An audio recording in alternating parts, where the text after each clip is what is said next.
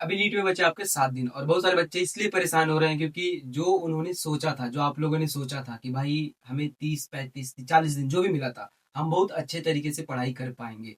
But सच्चाई ये है कि इन बीच में इतनी सारी चीजें चली और बच्चे वो माइंडसेट बना ही नहीं पाए कि वापस से इन 30 दिन को अच्छे से यूटिलाइज कर पाऊँ। और जो मैंने मैक्सिमम बच्चे का देखा है, वो मोटिवेशन उनके अंदर नहीं आ पाया। आपकी गलती नहीं, मैं समझ सकता हूँ, एक फेज होता है कि भाई नीट के लिए बिल्कुल आप 3 तारीख के लिए मेंटली प्रिपेयर थे, बट वो चीजें नहीं हो पाई, तो फिर वापस से जो दिन मिले हैं तो आप उस दिन में खुद को मेंटली प्रिपेयर नहीं कर पाए। मैं समझ सकता हूँ, बट यार एक बात बताता हूँ। देखो, आप इन चीजों को, आप अपने इमोशन को, आप इन सारी चीजों को किसी को भी बताने जाओगे ना, कोई आप पे ट्रस्ट नहीं करेगा। सब सिंपली यही बोलेगा, भाई पढ़ने वाले पढ़ दिए, आप नहीं पढ़ पाए, आपकी गलती है। बट मैं आपको समझ सकता हूँ, बिल्कुल अच्छे तरीके से समझ सकता हूँ कि देखो, पढ़ना हार्ड नहीं है, बट पढ़ने के लिए खुद को मेंटली प्रिपेयर करना वो ज्यादा हार्ड है। और मैं भी आपके साथ इन दिनों में बहुत कम रह पाया हूँ क्योंकि मेरे खुद के भी पेपर चल रहे थे, उसके लिए सॉरी। बट सच बताओ यार, दिक्कत आपके साथ हुई है, बट उस चीजों को समझ सकता हूँ। बट अभी रिग्रेट करने का टाइम नहीं है, अभी कुछ करने का टाइम है, कुछ अच्छा सोचने का टाइम है, और अच्छा सोचने से अच्छा है कि कुछ अच्छा कर ले। तो एक सबसे बड़ी जो दिक्कत आ रही है अभी आप लोग के बीच में, रिवीजन का। मेरे पास मैक्सिमम बच्चे का यही क्वेश्चन आ रहा है कि भैया यार, रिवीजन नहीं कर पा रहा हूँ अच्छे से, एफिशिएंसी से रिवीजन नहीं कर पा रहा हूँ, जो पढ़ाई उस टाइम हो रही थी वो वापस से पढ़ाई हो नहीं पा रही है।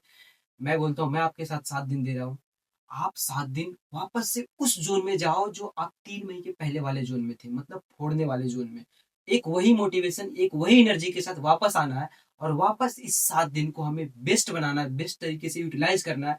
और जो बेस्ट करने का जो प्रोसेस है, वो सबसे पहला जो उसका स्टेप है, वो सीढ़ी है, वो है बायोलॉजी से। बायो से क्यों? क्योंकि बायो से आपके 360 मार्क्स आते हैं, जो 50% ऑफ द सिलेबस है। तो हम बायोलॉजी से ये स्टार्ट करते हैं, और बायो में सबसे पहले अगर मैं बात करूं, तो आपको रिवीजन कैसे करना है।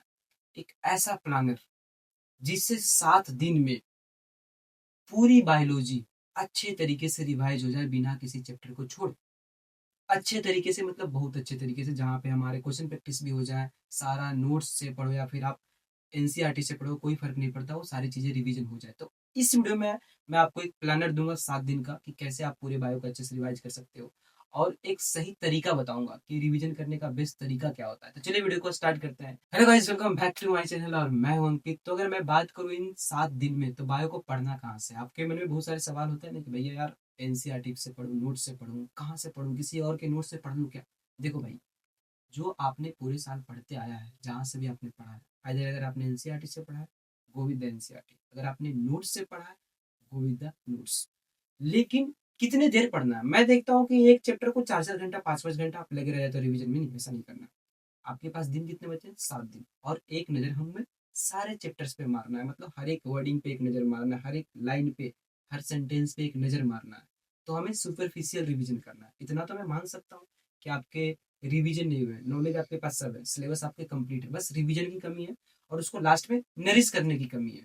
तो तरीका पता चल गया आपको कि कहाँ से पढ़ना है। चाहे आप नोट से भी पढ़ सकते हो, या फिर आप एनसीईआरटी से भी पढ़ सकते हो। दूसरी चीजें, कितने देर पढ़ना है? आपको 8 घंटे देने होंगे। 8 घंटे से कम में कोई बात नहीं बनेगी। आपको बायो को लास्ट के 7 दिन में 8 घंटा देना ही होगा, एक कंपल्सरी। 8 घंटा वहां पे दोगे, और एक चैप्टर के लिए आपको 1 से 1.5 घंटा से ज्यादा नहीं देना। अगर कोई छोटा चैप्टर है तो 45 मिनट, 1 घंटा में हो जाएगा। अगर कोई बड़ा चैप्टर है तो 1 से 1.5 घंटा में देना। पढ़ना कैसे है? अगर आप एनसीईआरटी पढ़ रहे हो, तो जो भी आपने पहले पढ़ा है, तो कुछ मार्क कर रखा है ना आपने, इधर साइड में कुछ लिख रखा है ना, जैसे मैंने आपको तरीका बताया था एनसीईआरटी पढ़ने का। तो उन चीजों पे एक बार अच्छे से नजर दौड़ाना है। जो आपने स्टार मार्क कर रखा है, उसको अच्छे से नजर नजर दौड़ाना है। बाकी सारी चीजों को सुपरफिशियली एक बार देख लेना। अगर आप कोई चीजें एक बार देख लोगे ना, लास्ट के नीट से लास्ट के 7 दिन में, तो वो चीजें आपके दिमाग में फिट हो जाती है। तो उसका आप टेंशन मत लो, और थोड़ा बहुत जो बचेगा ओपीवाई को लगा के सही हो जाएंगे। तो आपको वैसे देखना है एनसीईआरटी के हर एक पेज को। अगर आप नोट्स पढ़ रहे हो, नोट्स में भी आपने स्टार वगैरह कुछ तो लगा के रखा होगा, टीचर्स खुद लगवाते हैं। तो उन सारी चीजों को देखना है, फास्ट रीडिंग करना है। सुपरफिशियली फास्ट रीडिंग करना है, मतलब पढ़ना तो सबको है, बट हमें फास्ट पढ़ना है। एक ही चैप्टर को लेके बैठे नहीं रहना है। 8 घंटा अगर आपको दे रहा हूँ, तो जहाँ पे आपको 5 चैप्टर, 6 चैप्टर, 7 चैप्टर, 8 चैप्टर भी कंप्लीट कर सकते हो। लेकिन एक चीज और है, मैं आपको एक एक्स्ट्रा टिप्स देता हूँ, जो मैंने अपने टाइम पे फॉलो किया था। कि बहुत सारे बच्चों को ना, कोई चीज अगर सुनता है ना, तो उसे जल्दी याद हो जाता है। तो इस चीज के लिए आप केवी एजुकेशन करके, उनका टीचर का मुझे नाम नहीं पता एग्जैक्टली, एक चैनल था, मैं जब अपने टाइम पे पढ़ा था। केवी एजुकेशन एक यूट्यूब पे चैनल है, टीचर का नाम मुझे सच बता रहा हूँ नहीं पता है। वो 20 से 25 मिनट के किसी भी चैप्टर को रिवाइज करवा देते हैं, एक बड़ा ही फ्लो चार्ट टाइप का बना के। तो आप उनका भी हेल्प ले सकते हो। अगर आपने एक बार सुपरफिशियली फास्ट रीडिंग कर लिया, उसके बाद आप कहीं पे भी बैठे हो, फ़ोन में चला लो और 20 मिनट में, 15 मिनट में, अगर आपको अभी का लेक्चर्स मुझे नहीं पता, मैंने नहीं देखा, लंबे लगे होंगे, तो आप 4 साल पहले, 3 साल पहले वाला उनका लेक्चर्स देखना, जो 15 मिनट में, 20 मिनट में, 25 मिनट में पूरे चैप्टर्स करवा देते थे। तो वहाँ से भी उस चीज़ को आप हेल्प ले सकते हो। अगर मैं बात करूँ, सबसे बड़ी चीज़ है प्लानर तो दो ना भैया, कि यार 7 दिन में आपने पढ़ना कैसे बता दिया, प्लानर दो 7 दिन में कैसे क्या करना है। तो अगर मैं प्लानर की बात करूँ तो देखो, डे 1 पे क्या करना है आपको। डे 1 पे आपको यूनिट 1 में 3 चैप्टर है और यूनिट 2 में भी 3 चैप्टर है, तो आपको 6 चैप्टर करना है डे 1 पे, यूनिट 1 और यूनिट 2। कैसे पढ़ना है वो मैंने आपको जो तरीका बताया वैसे ही करना है। डे 2 पे आपको यूनिट 3 और यूनिट 4 करना है। इनमें भी टोटल 6 चैप्टर है। 6 चैप्टर आपके आराम से कर लोगे, क्योंकि आपने पढ़ रखा है। आपको रिवीजन करना है, लेक्चर्स थोड़ी देखने बोल रहा हूँ मैं। लेक्चर्स देखना ही मत। आपने अगर चीजें पढ़ रखा है तो आप अपने नोट्स पे भरोसा रखो, आप अपने एनसीईआरटी पे भरोसा रखो, जहां से भी आपने पढ़ा उन चीजों पे ही भरोसा रखना है, ठीक है। तो डे 1, डे 2, डे 3 की अगर बात करूँ तो आपको जेनेटिक्स पूरा दोनों चैप्टर, और उसके अलावा एवोल्यूशन आपको करना है। डे 4 पे आपको रिप्रोडक्शन का यूनिट, जहाँ पे 3 चैप्टर से, एक छोटे चैप्टर से 2 बड़े चैप्टर्स, वो करना है। और इसके अलावा बायोटेक का जो दोनों चैप्टर है वो आपको कर लेना है। अगर मैं बात करूँ डे 5 पे, तो यूनिट 7 जहाँ पे 2 चैप्टर है, और यूनिट 10 जहाँ पे इकोलॉजी है, जहाँ पे 2 से 3 चैप्टर, 3 चैप्टर वहाँ पे। अगर मैं बात करूँ डे 6 पे, तो आपको पूरा ह्यूमन फिजियो करना है। तो डे 7 पे क्या करना है, डे 7 पे आपको करना है उन सारे चैप्टर्स का PYQ। तो ये कहाँ से मिलेगा भैया, ये मैं आपको प्रोवाइड करूंगा। आप मुझे व्हाट्सएप पे टेक्स्ट कर देना, आपको पिन, जो कमेंट सेक्शन है वहाँ पे पिन कर दूंगा, या फिर आपको स्क्रीन पे ही दिख रहे होंगे, आप मुझे व्हाट्सएप पे टेक्स्ट कर देना। जितने भी चैप्टर्स का PYQ है सब एक फाइल के पास पड़ा हुआ है, तो वो चीज़ें मैं आपको प्रोवाइड कर दूंगा। और डे 7 पे आपको सारा PYQ लगा लेना। इसके अलावा अगर आप कहीं पे मॉक वॉक दे रहे हो तो मॉक कंटिन्यू रखो, कोई दिक्कत नहीं है, आप उन चीज़ को कंटिन्यू रख सकते हो।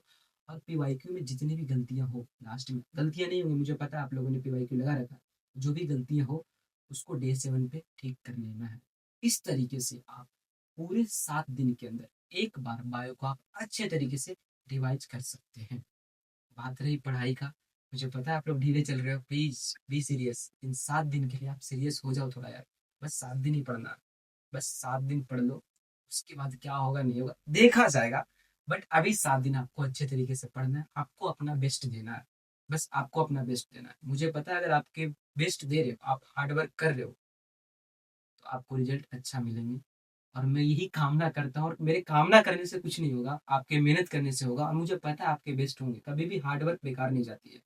बात रही आपकी मेंटेलिटी की, जो मेंटेलिटी शिफ्ट हुए हैं, वापस से पढ़ने का दिल नहीं कर रहा। मैंने बहुत सारे बच्चे देखे हैं जो 600 नंबर लाए थे, बट वापस से वो पढ़ नहीं पा रहे।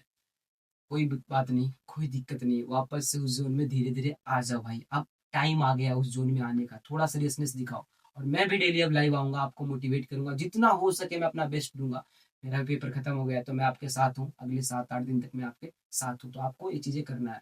और इसका जो डेली टारगेट है वो भी एक टेलीग्राम पे डाल दूंगा, तो वहाँ से भी आप टेलीग्राम पे फॉलो कर सकते हो। बस इस वीडियो में इतना ही, मिलता हूँ आपसे अगले वीडियो में, तब तक के लिए bye bye and take care.